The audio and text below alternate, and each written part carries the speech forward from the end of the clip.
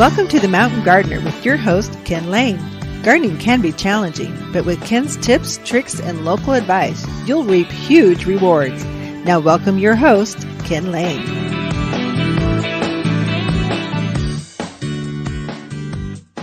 And you have tuned into The Mountain Gardener. Your host, Ken Lane. We're here each week talking about the landscapes of northern Arizona. This week, we're going back to the basics. We're going back to what are our zones? How do you grow here? How do we compare to other parts of the country? And then I'm going to give you the 9 essential landscape tasks you really need to get done in the next few weeks. Things that will really make a difference by doing a few simple things right now. Plays out way better than the rest of your neighbors down through the growing season. So let's start with the very basics. What zone are we? If you're brand new, just moved in from Chicago, or from Seattle, or from LA, or Scottsdale, wherever. What zone are we? We're in this anomaly up here in the mountains. We're the very southern end of the Rocky Mountains, very high altitude. And so our soils really play a number on your gardens. Our water is very, very, very alkaline, which is very different. There's a little bubble here in the southwest where the water, just everything is alkaline. The rest of the country, everything is very acidic. Yet the garden books tell you that you want to have your soil to be the perfect balanced pH of 6 to 6.5. Well, the lowest I have ever seen a pH come out is 7. And normal is 8 to 9. I mean, if you're on well water, very often you are up in the 9.0s, 9.2, 9.3 is the highest reading I've ever seen. Those of you that have had pools and spas, you're checking your pH. The pH meter comes from 0 to 10. As you approach 9, 10, basically everything is sterile. Nothing will grow. The alkalinity is so high. And as you go down towards 1 or 2, things are so acidic, nothing will live in that acid. The perfect balance or growing pH is 6, 5.5 to 6.5, somewhere in there. Our water has so much alkalinity in it, and you'll see that in your bathtub. You'll see that in your sink, that white ring that builds up on your appliances, on your counter. That also builds up in the soil and then affects the plants. That's what we're talking about. You need to correct that if you want to have a chance of producing fragrance in your flowers, color in your flowers, production off your vegetables, a larger foliage, greener foliage. As the pH gets too high, as it becomes too alkaline, the leaves will turn yellow. You'll see veining in the leaves. The leaves will become emaciated, smaller, thinner. The flowers will stop producing. Vegetables will start shedding their blossoms. So you'll have all kinds of strange symptoms showing up. The flowers that are more yellow in nature will just turn really yellow. The foliage will turn yellow, not the flowers. The actual foliage will just become, chlorotic, very, very, very yellow. And so those are all indications that the pH has gotten too high. And folks, will have this tidal wave in midsummer especially of people coming into the garden center and they'll want more ironite. I need iron, chelated iron. I want super iron, super fast iron. It's not iron. As the pH creeps up, the minerals can be there, the manganese, the zincs, the irons, the nitrogen, phosphorus, potash. They can all be in the soil. But as the pH becomes too alkaline, it locks up all those minerals in the soil where the plant cannot get to it. It can be there, but they're too sick to grab it and use it up in through the structure of the plant. As soon as you lower that pH down to, down to below 8, 7.5, 7, if you can get it in the 6s, you are a pH hero garden. You just really, your garden's going to produce. But every time you cycle on the drip irrigation, you put another gallon of water on that plant. You go out and turn the hose on. The alkalinity naturally starts to creep up. That's your number one difference here in northern Arizona as opposed to other parts of the country. That's one thing they don't teach you.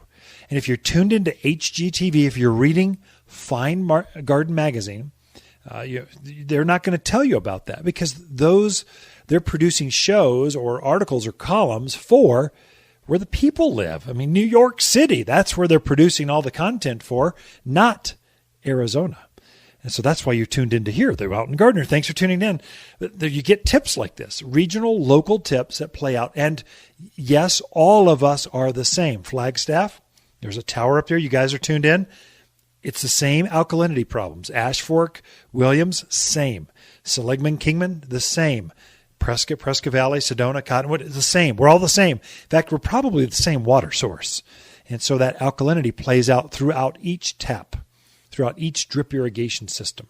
The way you counteract that alkalinity is soil sulfur. And in the spring, in March, basically next month, I'll start preaching to you. You need to fertilize. You need to plants they're hungry. They're waking up. Time to fertilize.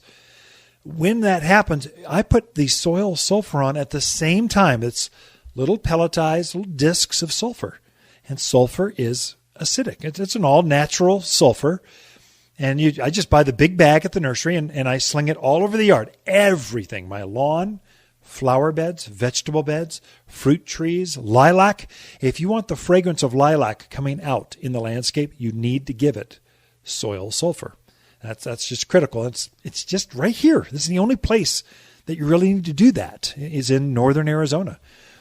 Secondly, our last frost. Don't be fooled. This weather will not hold. I'm just telling you, it's just not going to hold. I know you want it to. I want it to too. Last year at this time, it was like we're coming right out of a sub-zero like frost syndrome. It was so bitterly cold. It was miserable. And here I own a nursery. I work outdoors. It was miserable. It's finally started to warm up. Here, it's just the opposite. It's very warm early, but the way it will do it, it'll be warm, then it'll be really cold. Warm, cold. So you see very huge temperature swings between day and night. And plants, they only care about the nighttime temperature. They don't care about how warm they are during the day. When that nighttime temperature drops below 45 degrees, your plants are not happy. So don't be tempted to plant. Like I was down at the box stores. They already have tomatoes out. It's just February. It's northern Arizona. There's no way you should be planting your summer vegetables yet, because we will get another frost. We will get another snow. I predict more snow. I hope more snow. And so we need that moisture. And snow slowly trickles into the forest bed and hydrates all those trees, reduces forest fire risk, replenishes the water tables. It's good. We need that. And so we'll have it. And so the last frost, the 100-year average for, let's say, this 5,000 to 6,000 foot level. And we're broadcast all over. So if you're down in Sedona, maybe it's a couple weeks earlier. But Flagstaff, a couple weeks later. But that first week in May is your last frost. Traditionally, that's 100 years of data. Last Mother's Day weekend is what the old timers used as the holiday to track that by. Now, last year, it warmed up and got pretty nice. And the third week in April, we never saw another frost. I've seen it snow on Mother's Day weekend. That's the mountains for you. But don't be lulled into this nice weather. If you're planting, and you can plant, it's fine. Just stay away from your summer plants. That'd be your eggplants and your tomatoes and squash and your marigolds and your petunias and geraniums. Plant your spring things. Forsythia, love early spring. Lilac, love early spring flowering quince. Your fruit trees, conifers. If you're planting a conifer, that's your needled evergreens. They prefer being planted in early spring. They like warm days, cold nights. They like a last of the season snows. They actually rejoice with that. Your flowers would be pansies and stocks and kales, and your vegetables would be cauliflower and lettuce and spinach and Brussels sprouts. And I could go on. Your herbs would be mint and oregano and parsley. They all love this time of season. So plant the right kinds of things for the season, and you'll have success. That's it for this segment. We have a lot for you. Stay tuned. You've been listening to The Mountain Gardener with Ken Lane, owner of Waters Garden Center in Prescott. Join him every week for timely garden advice right for the gardens. Visit Ken where he can be found throughout the week at Waters Garden Center in Prescott. Waters Garden companion plants of February are peony, Calgary carpet juniper, lily of the valley, and pinyon pines. Pinyon pine have thick evergreen needles providing year-round beauty and summer shade. It's a local native that blend equally well in a modern or Mediterranean-style landscape. Go ahead, enjoy the buttery rich pine nuts from your own backyard. You'll have plenty of nuts, and pine are deer and javelina proof. Shop the most trees in Prescott by store or online at watersgardencenter.com. Let's talk poop. Hey, I'm Tommy at Waters Garden Center. Ken and Lisa are out right now, so I snuck in to remind you that it's time to add some manure to your garden. It's been a wet winter, and your soil is, well, pooped. Waters Barnyard Manure adds nutrients to get your garden growing. It's organic and odorless, so we really can say our poop don't stink. Buy 6 bags or more. They're only $5.99. Now that's a load of crap. Tommy, what's going on? Oh, poop, gotta go. Natural, safe, odorless, and organic at Waters Garden Center. You've been listening to Ken Lane, the Mountain Gardener. Green thumbs learned while working in the Family Garden Center. Now welcome back to the Mountain Gardener.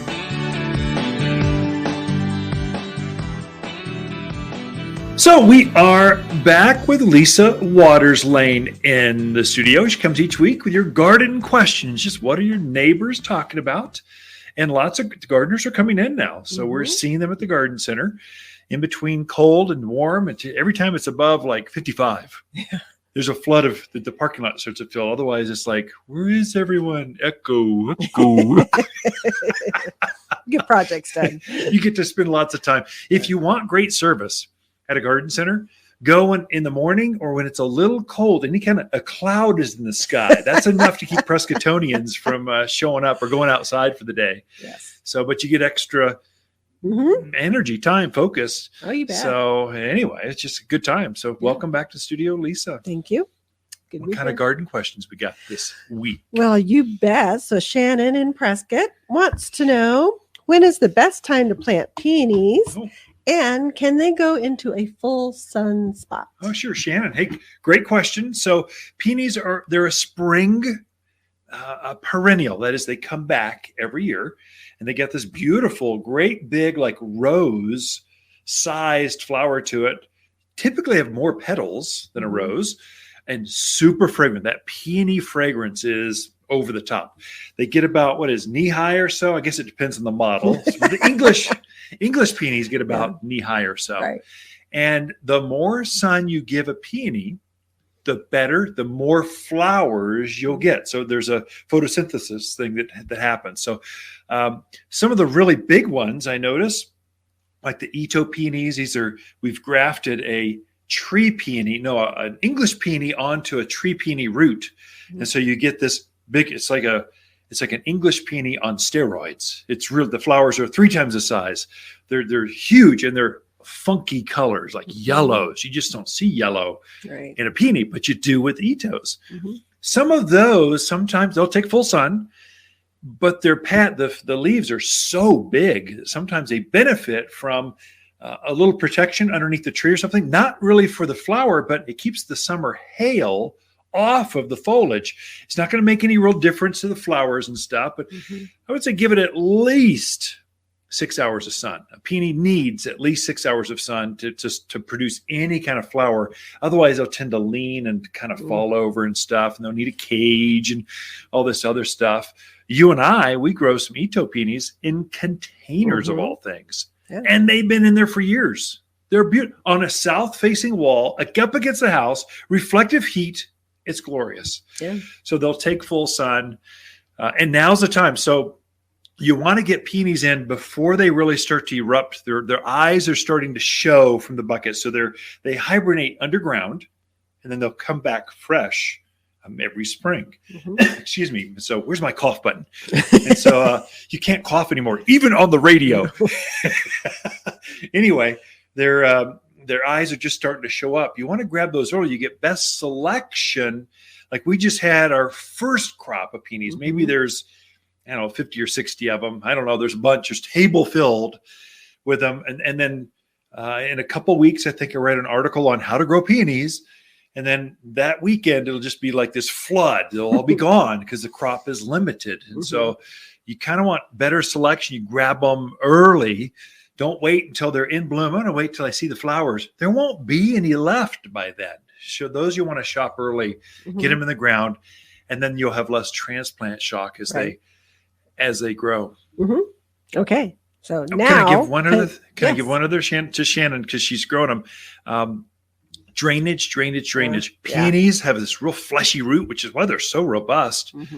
Make sure that soil drains, and so that's kind of personal advice. Just school of hard knocks. That's very good advice. Very good advice. Okay.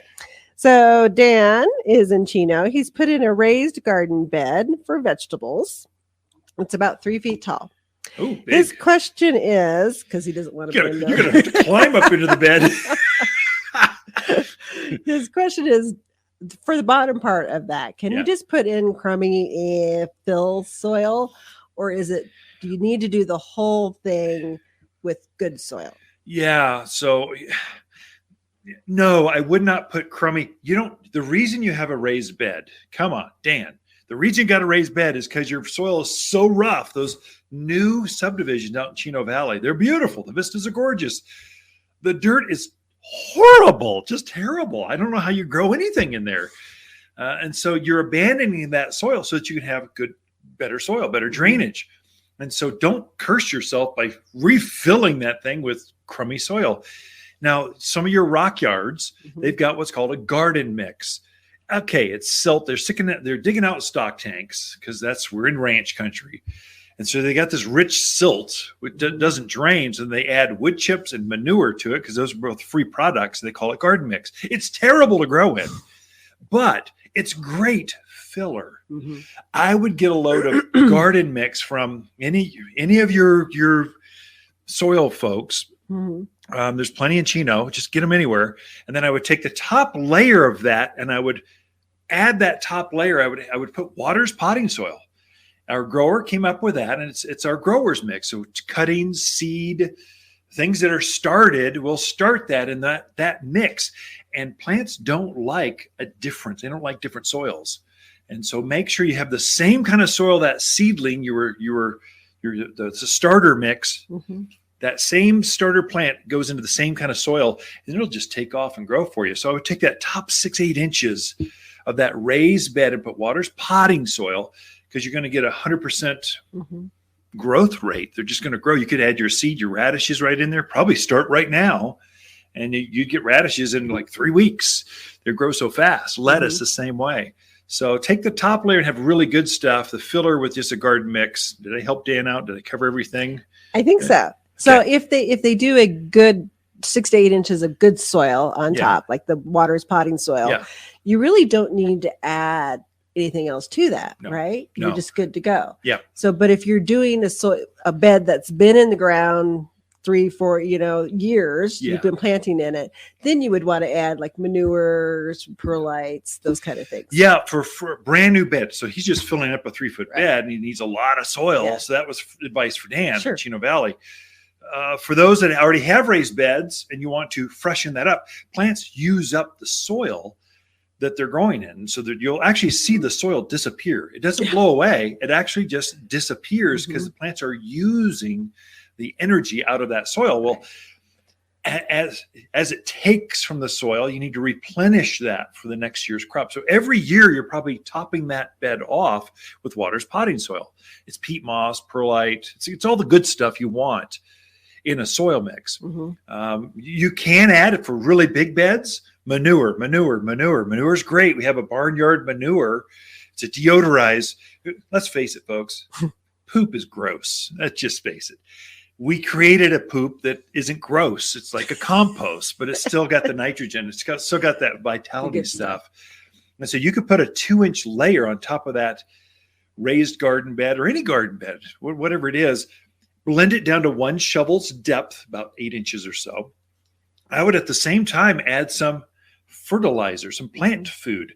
We make a fruit and vegetable food that's designed specifically for growing fruits and vegetables. It's got a lot of calcium in it.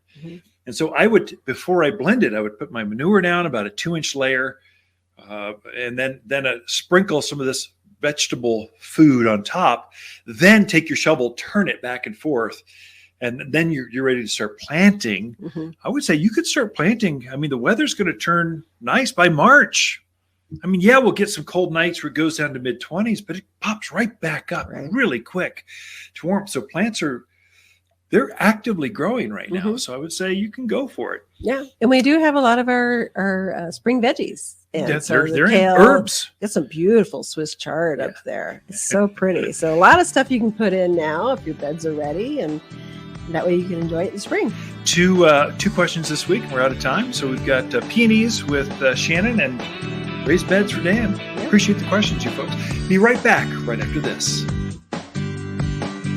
You're listening to Ken Lane, a.k.a. the Mountain Gardener. Ken can be found throughout the week in Prescott at Waters Garden Center. Listen each week as he answers timely garden questions unique to mountain gardens. Not everyone can grow wildflowers, but we'll make sure you're not one of them. At Waters, we know which wildflowers sprout, thrive, and bloom with success. We're wild about wildflowers with many of our own Arizona blends. Like our Arizona native mix, butterfly and hummingbird mixes, and all are big, bold, and beautiful. At Waters, we know wildflowers, and winter's a season to spread new seed. Waters Garden Center, where people who love their flowers wild, they love to shop for seed. We believe in picking apples and pears fresh from the tree at Waters Garden Center. Waters Garden Companions of February are peony, Calgary carpet juniper, pinyon pines, and lily of the valley. Lily of the Valley is a gorgeous shrub that loves growing in the summer shade.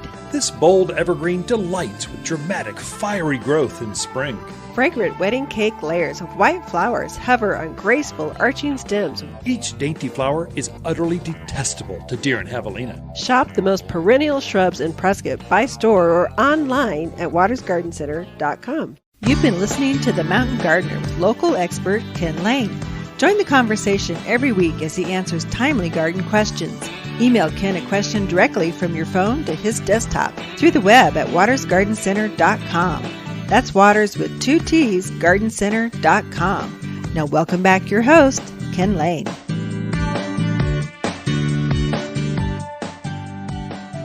Now we started the show with not just the 4 seasons, but the 6 seasons of the mountains of Arizona. That's early spring, the perennial month of June, summer, fall, and then winter, 6 seasons. We're going into that early spring season. Those plants that love bright, warm days, but they can take on cool evenings. They can take on a light snow. The harshest of winter, it's over. We're not having that anymore. But we can have a light frost. There's not going to be any heavy freezes, but we will have a light frost. Those plants need to be able to take that. And lilac is one of those great plants, a classic for the mountains of Arizona. In fact, we grow lilac better than most parts of the country. And yes, that's the same shrub that your grandmother grew in her backyard, and it filled up the entire yard with this wonderful lilac fragrance. But there are so many more choices than your grandmother ever dreamed of. There's probably, 6, 8 different varieties. There's so many, I don't know how many there are, varieties of lilac out there. Of course, the common eastern lilac, common lilacs, those are the ones your grandmother grew. That's that purple or lavender colored flower. But now they're coming out with varieties that have a larger flower that's even more fragrant, like Mr. Lincoln or President Lincoln lilac. It's a common lilac, like your grandmother grew, only it's a real showstopper. Oh my goodness. It's magnificent. Blue sky lilac is more fragrant. It's the same color, same size, but the fragrance is sweeter than your common lilacs. There's white lilacs, very fragrant. There's yellow. There's reds. I even have one that's purple it's almost purple bordering on red with a white variegation on each petal. Not the leaves, the flowers. It's called Sensation Lilac. And you can keep going on and on. They have every size, every shape, every color. Most lilac, most really perennials, most things that bloom for you need to be of certain age before they'll actually show off.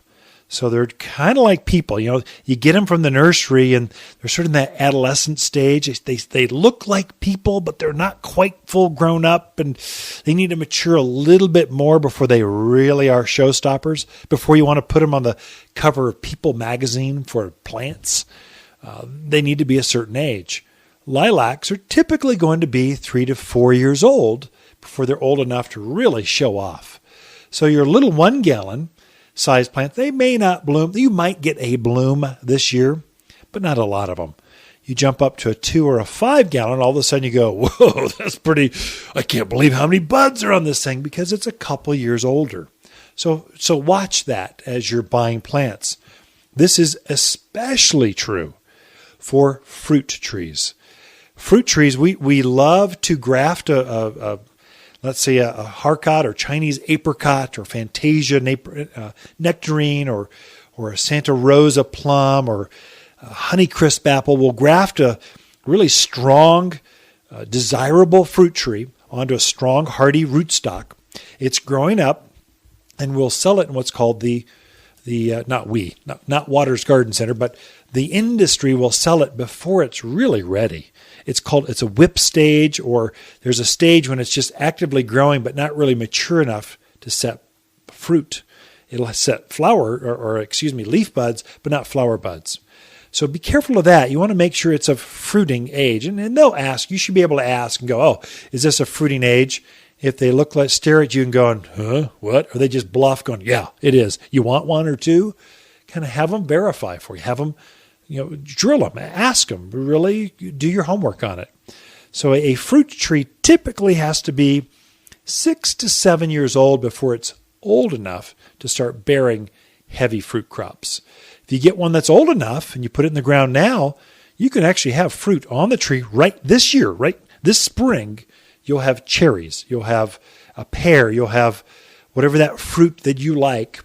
You can have it if you get a mature enough fruit tree. A 15-gallon size tree typically is old enough. 5 gallons are starting to be old enough, maybe or maybe not. Anything smaller than a 5-gallon, no, it's not going to fruit for several more years from now. So kind of put that on your radar. Also, watch your chilling hours while we're on fruit trees. Okay, this is gardening for newcomers, kind of getting you up to snuff, just so you make less mistakes. I see this often. We have a heavy desert influence up here in the mountains of Arizona. They're selling fruit trees that should fruit down in the deserts, but as soon as you get it up here, it won't fruit. It blooms too early. And you'll look on the tag of fruit trees, and it will say it needs 600 chilling hours. That is, it needs so many nights of cold before it will decide to wake up and bloom. If it's real short chilling hours, it will wake up early. It'll be blooming in February and March, and we still have another 2 months of frost to potentially hit that tree. If it has a lot of chilling hours, let's say 5, 6, 7, 800, 900, 1,000 chilling hours, that means it's going to be well into spring before it leaves out, blooms, so you're out of that risk of frost damage. You'll have more consistent fruit. Anyway, if you need more on that, come talk to us. We can handhold you, walk you right through the whole process. The Mountain Gardener, your source for timely garden advice right for higher elevations. Guaranteed to make a difference in your yard this season.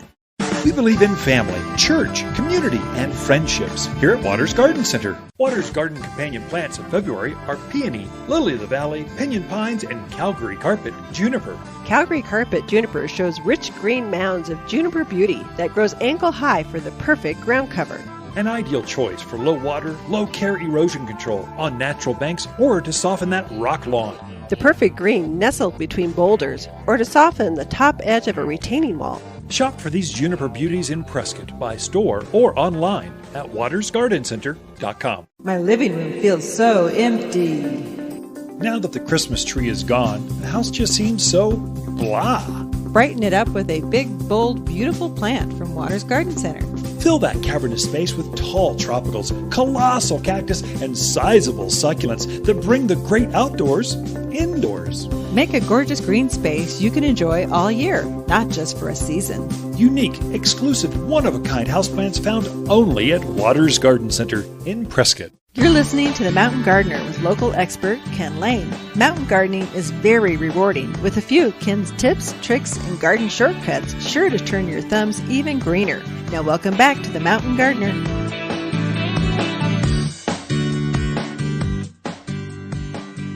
We are back in the studio with Elisa Waters Lane here each week. She takes this segment and just makes us all smarter as far as gardening goes. So I just feel like plus it takes the pressure off of me, so I don't feel the entire hour, and I get to spend 10 minutes, maybe more than that, with you in a little studio room here at the Garden Center, which I love. Yes. Okay. I do too, dear. That's what I wanted. That's what every man wants to hear. Okay. Anyway, what do you got for us this week? What are you going? What's the direction? Well, I feel that song at Christmas that it's beginning to look a lot like Christmas. Yeah. I feel like you should sing that for spring here. It's beginning to look a lot like spring. We have had multiple trucks in. So we're a little tired, a little dingy from that. We're all good. It's what we live for. It is. It's just so exciting to get all this stuff in. You're like, ooh, we got that. Ooh, we got this. Oh, this is new. So it's a fun time of year to be in the garden center because it's all fresh and new and exciting. To give you an idea of perspective, folks. So there's been so many trucks. So let's me think here. We've had not quite a football field. Think a semi-tractor trailer times a football field. It's just shy of that, that many feet. And it's stacked from floor to that entire 8-foot ceiling, packed with dirt and plants. Mm-hmm. So it's spread out over, we're trying to fill up 2 acres of garden center. And so it takes a lot. So we probably have another, 3 or 4. And all the while, people are coming and buying it. So it's like they see, they know it's coming. So they're tagging onto it. So you're trying to fill it up while people are buying it. So you're bringing more in. It's what we live for, but it's kind of that's the energy of spring. So for garden centers, most retailers, it's Christmas, Black Friday. It's here. It's garden center. It's spring. It's March and April. Kind of gets us going. So it's fun. We love it. Yeah. So a couple things that are actually on the premise. I've talked about them before, but it's like they landed. Never quite sure until they show up, but they did show up. So the flamethrower redbud. Having a brain lapse. Well, don't talk about those. We only have 15 of them. They'll be gone instantly. Talk about the other regular old red buds. We got the Oklahoma, Merlot. There's like 5 or 6 weeping different. One. Yep, there's all kinds. One. Yeah. But the coolest, newest one is the flamethrower. So that one has kind of what makes it different. It blooms out the same, that real dark pink blossom, but the leaves on it go from like a yellowish to green to orange, all on the same branch. Like a flamethrower. Right. Hence the name. But pretty cool. I'm excited to see them leaf out. Of course, they're dormant right now. Right. And I'm excited to see them bloom. Oh, yeah. And then leaf out. That'll be really fun. So red buds, they're native for here. So there's a Western, a Mexican. There's several types that grow here wild. So once they get rooted, you can almost ignore them. They don't get too big. They live a long time.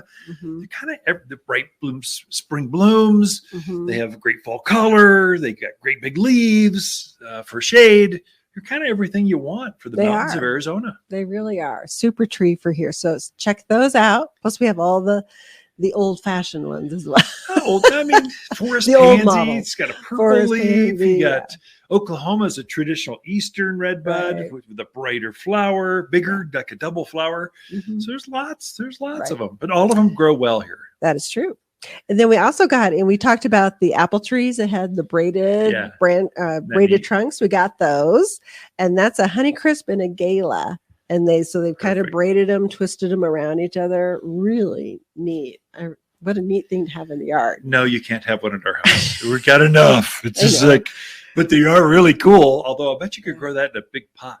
Oh, yeah. One downstairs. I bet you could. Yeah. Ooh. Maybe you could have one. We'll see. They'll go quick.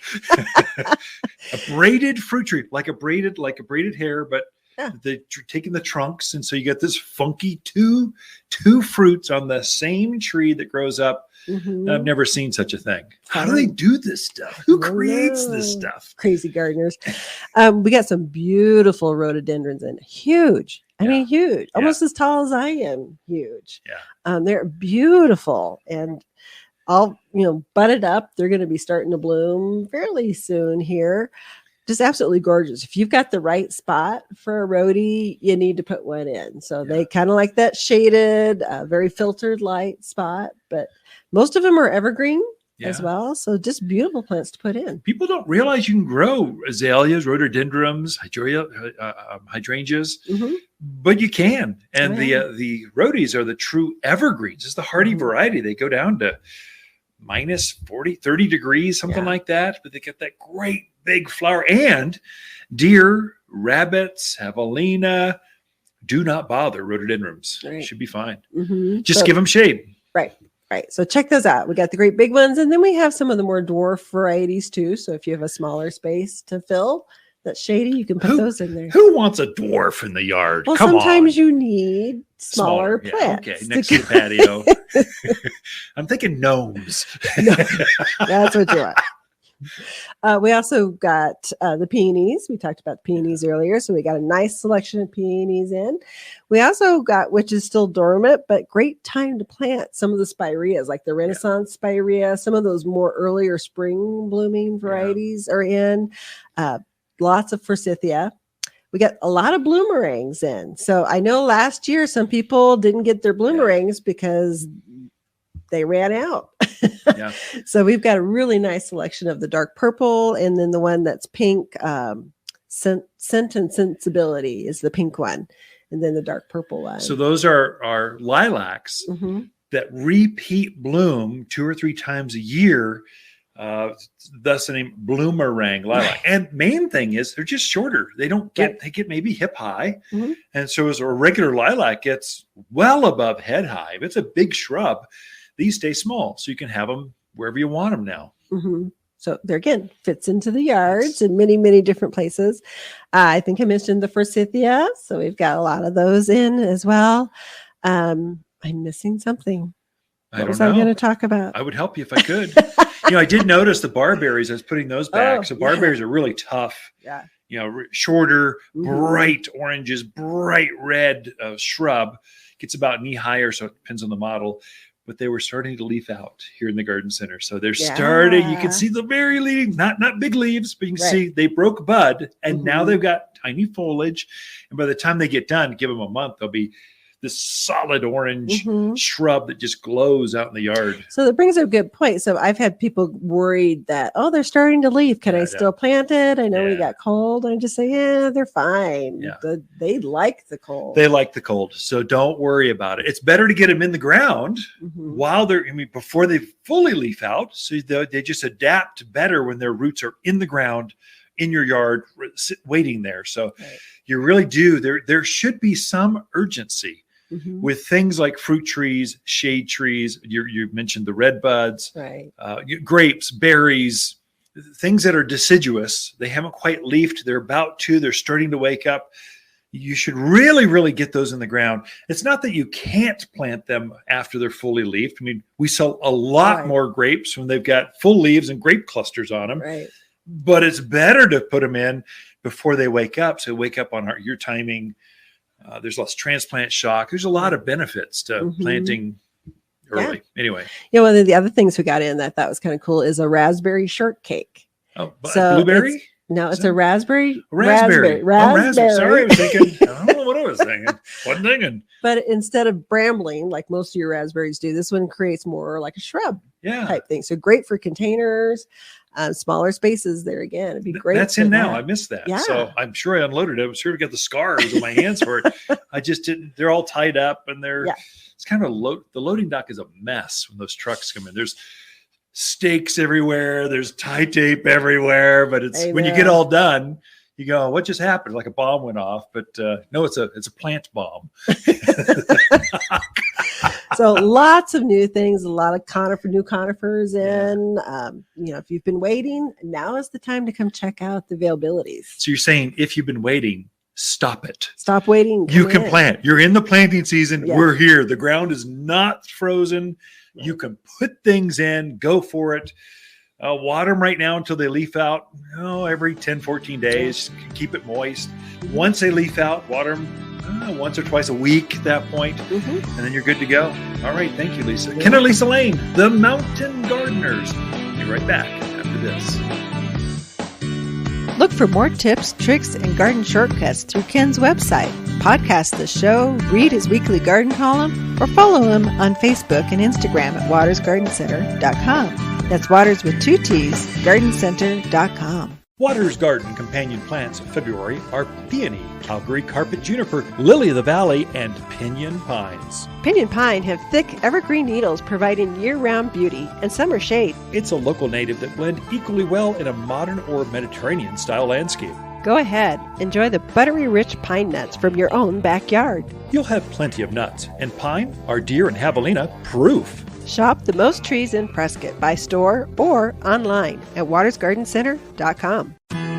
Hi, Lisa with the plants of the week and our Austrian pine. We have instantaneous trees just in and ready for planting. This pine has the same long needles as our ponderosa pine without all the problems, and these trees are really big and bold. This is the fastest growing of the pines, and lots of sizes to choose from. Waters Garden Center, 1815 Iron Springs Road in Prescott, for people who love big, bold pines. They love to shop.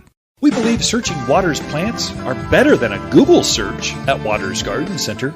Welcome to the Mountain Gardener with Ken Lane. Gardening in the mountains is different. Listen to Ken's tips, tricks, and garden shortcuts guaranteed to make your gardens more beautiful than ever this year.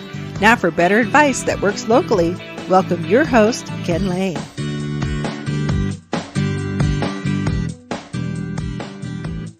As soon as this snow starts to dissipate, just the second it clears off, the second you see the soil, the planting season is upon us, just like that. Now, it will be the cool season things that like cold nights, bright days. That's all of your spring blooming plants. That would be rhododendrons, azaleas, all the way down to forsythia, flowering quince. We just got a new flowering quince, drought hardy, tough plant with a double orange flower. Super pretty. All the lilacs. Don't wait when this happens. When you get them, they're dormant.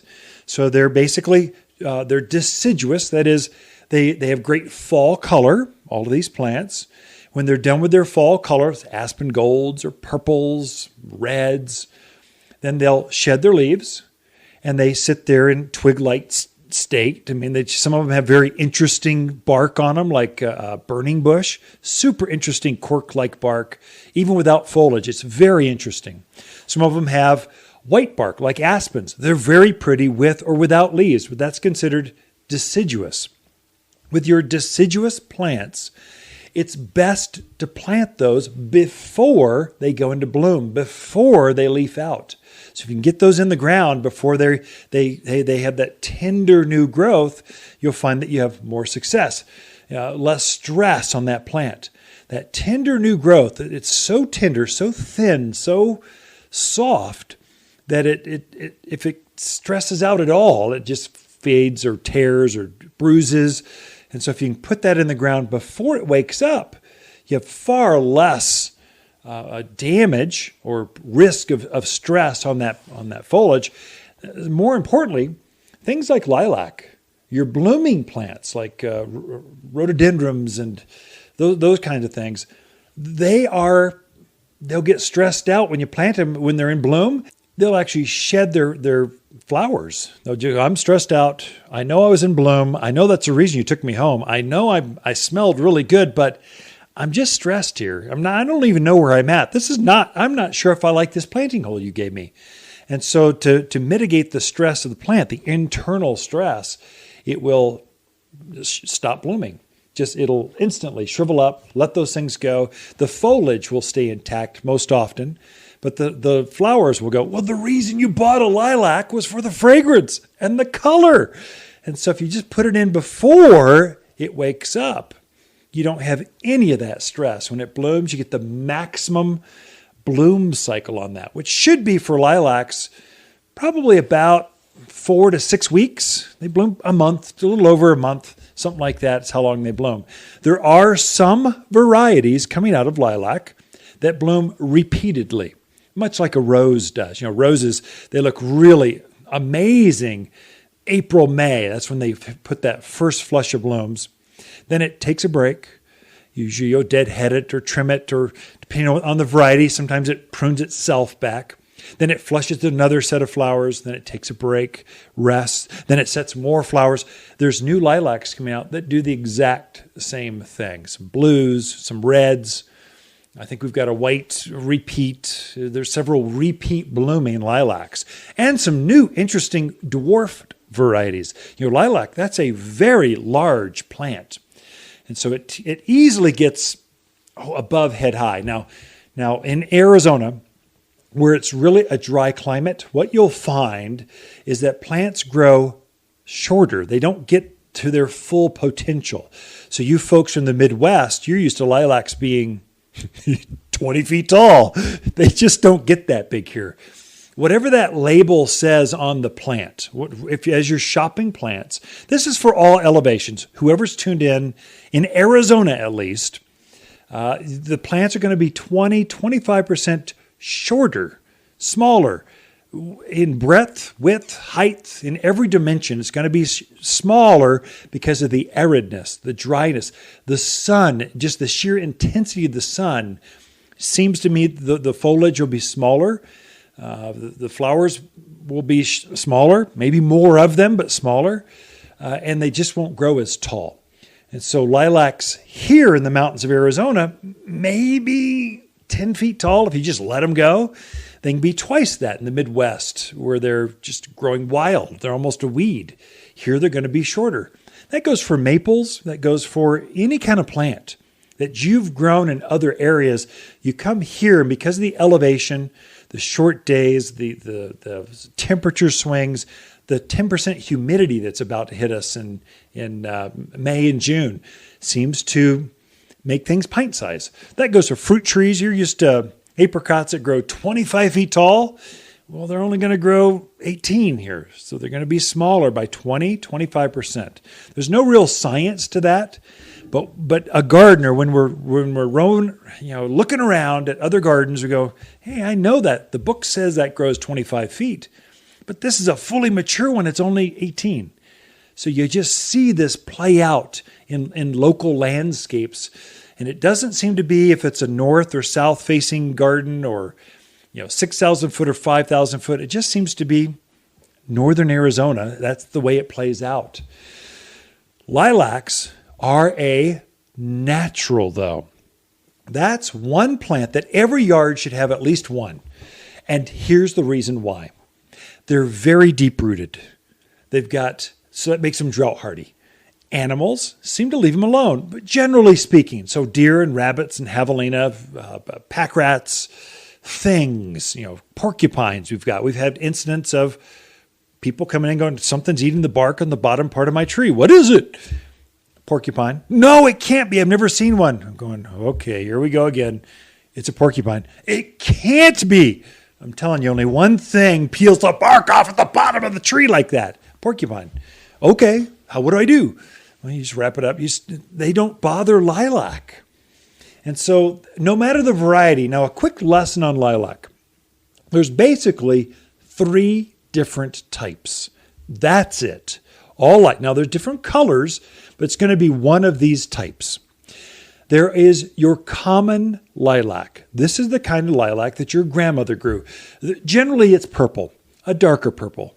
It's very fragrant, gets very large, very fast grower, very deep-rooted, very drought-hardy, very tough. It's a great plant. They've got variations of that. They're coming out with new colors because, let's face it, just purple, kind of boring. So we've got yellows and whites and light blues and sky blues and dark blues and light purples, and there's different colors. Even reds can come out of that. But they're all common lilacs. Same size. Get like 8-10 feet tall, 6 feet wide, big vase-shaped, big flowers. The second type is French lilacs, like oui, it's a French lilac. There we go. That was a terrible, to my French friends, I apologize terribly for that terrible accent, but it's the closest I can do. I mean, I can't help it. French lilacs are very exotic. You get the really rich, intense, like vibrant colors with this. They are bred for the beauty. I mean, you just want to pick them, put them in a vase, and paint them. They're just gorgeous. But they don't have the fragrance that the common lilacs do. So look for that. Is it a common lilac or is this a French lilac? So your bright reds, your bright blues, these are going to be French lilacs. Then you've got an entire series of dwarfed lilacs. These are just lower care. I mean, you'll never have to prune these. They bloom, many of them repeatedly. They'll bloom 2-3 times per year. Same fragrance as the common lilacs. Very fragrant, but they only get hip high or so. So that's the beauty. We're trying to introduce more of those because yards are becoming smaller and people don't have room for a 10-foot shrub. It's a beast off the side of their house or off the back patio. They need something smaller. And so we're introducing more and more dwarfed plants like lilacs, butterfly bush. Even I've got a dwarfed forsythia. Who's ever heard of such a thing? It only gets a foot tall. Truly dwarf. I've got one that only gets 2 feet tall, one that only gets 4 feet tall, then the traditional forsythia that gets head high. So we're trying to introduce more and more and more varieties. So those are your types: common lilac, French lilacs, and your dwarfed series of lilacs. They're all equally as hardy. There's not one better than the other. You're going to shop those by how tall do I want it to be, what color do I like, and then that's pretty much it. That's how you shop for lilacs. And all are available at the garden centers now. You're listening to local garden expert Ken Lane, the owner of Waters Garden Center. He can be found throughout the week at Waters Garden Center, located in Prescott at 1815 Iron Springs Road. Thanks for tuning in to The Mountain Gardener. Hi, Ken here with the finds of the week and our Deodar cedars. A standalone tree so beautifully shaped it's referred to as the Christmas tree. Fastest growing of the evergreen trees, used for quick screens, windbreaks, and privacy. Graceful arches sweep through the landscape in colors of blue to green from the stately tree. An evergreen lover's dream for fast, thick growth. Waters Garden Center, 1815 Iron Springs Road in Prescott. For people who love majestic evergreens, they love to shop. We believe you're braver than you believe, stronger than you seem, and smarter than you think at Waters Garden Center. As the days get longer and brighter, houseplants can struggle and scorch, but we have the solution. At Waters, we've organized our houseplants from A to Z for the brightest of sunny locations, many even bloom. With experts that know plants and how to make them grow. Shipments of the freshest houseplants in town have just arrived from A to Z and ready for a bright new home. Waters Garden Center, where people who love bright green houseplants, they love to shop. Found in Prescott. You've tuned in to The Mountain Gardener with local garden expert Ken Lane. Join him each week as he answers timely garden questions that are sure to make a difference in your gardens. Now welcome your host, Ken Lane.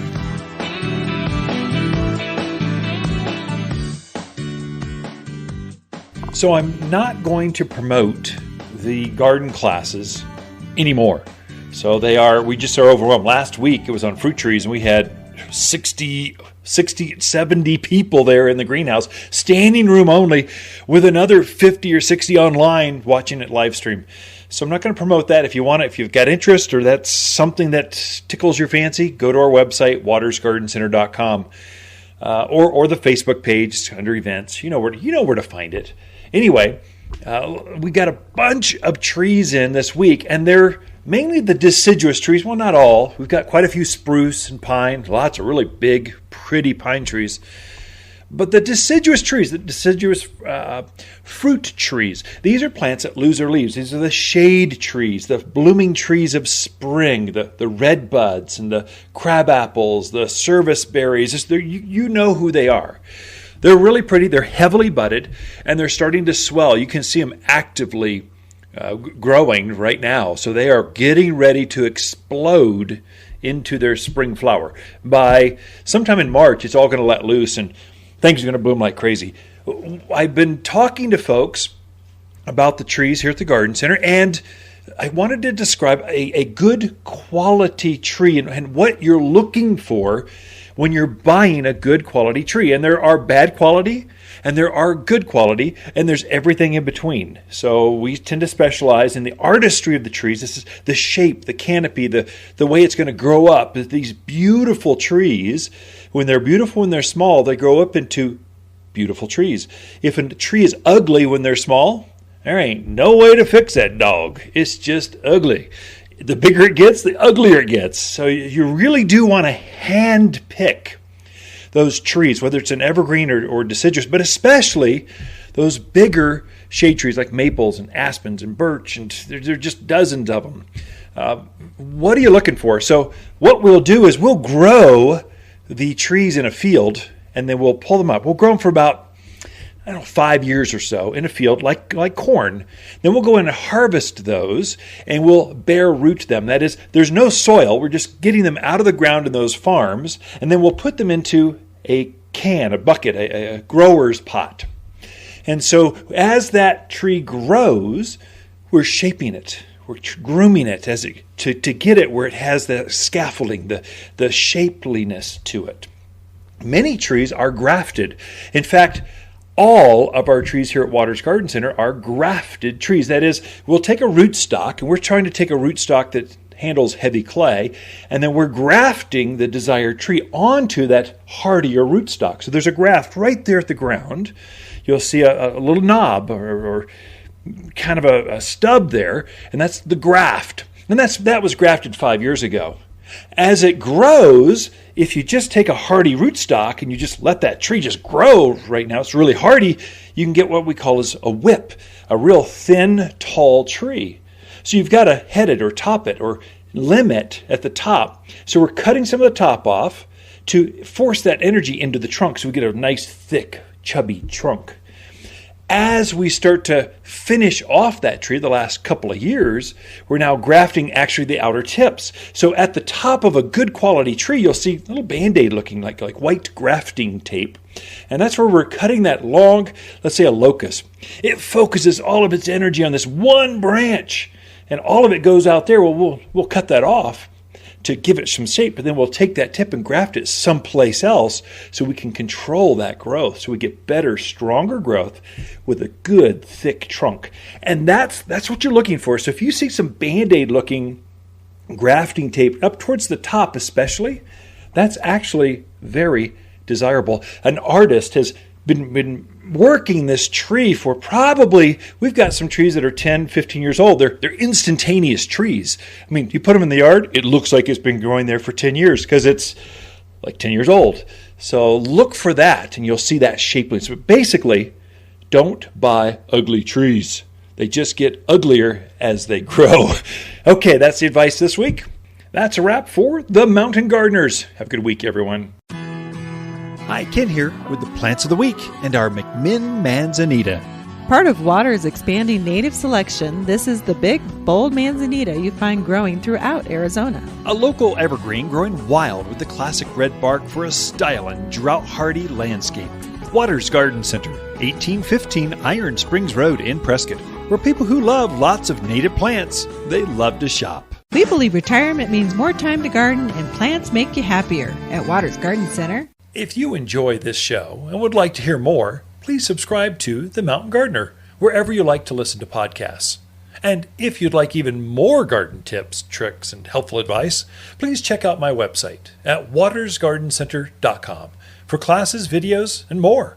Or my online garden center at top10plants.com. Throughout the week, Lisa and I can be found here at Waters Garden Center in Prescott. If you want a more fruitful garden, increased success in your landscape that just feels better, then tune in every week to The Mountain Gardener. Years of tips, tricks, and garden shortcuts are guaranteed to make your gardens nicer than ever. Listen to this podcast or read Ken's weekly garden column by visiting watersgardencenter.com. That's Waters with 2 T's, gardencenter.com. Thanks for tuning in.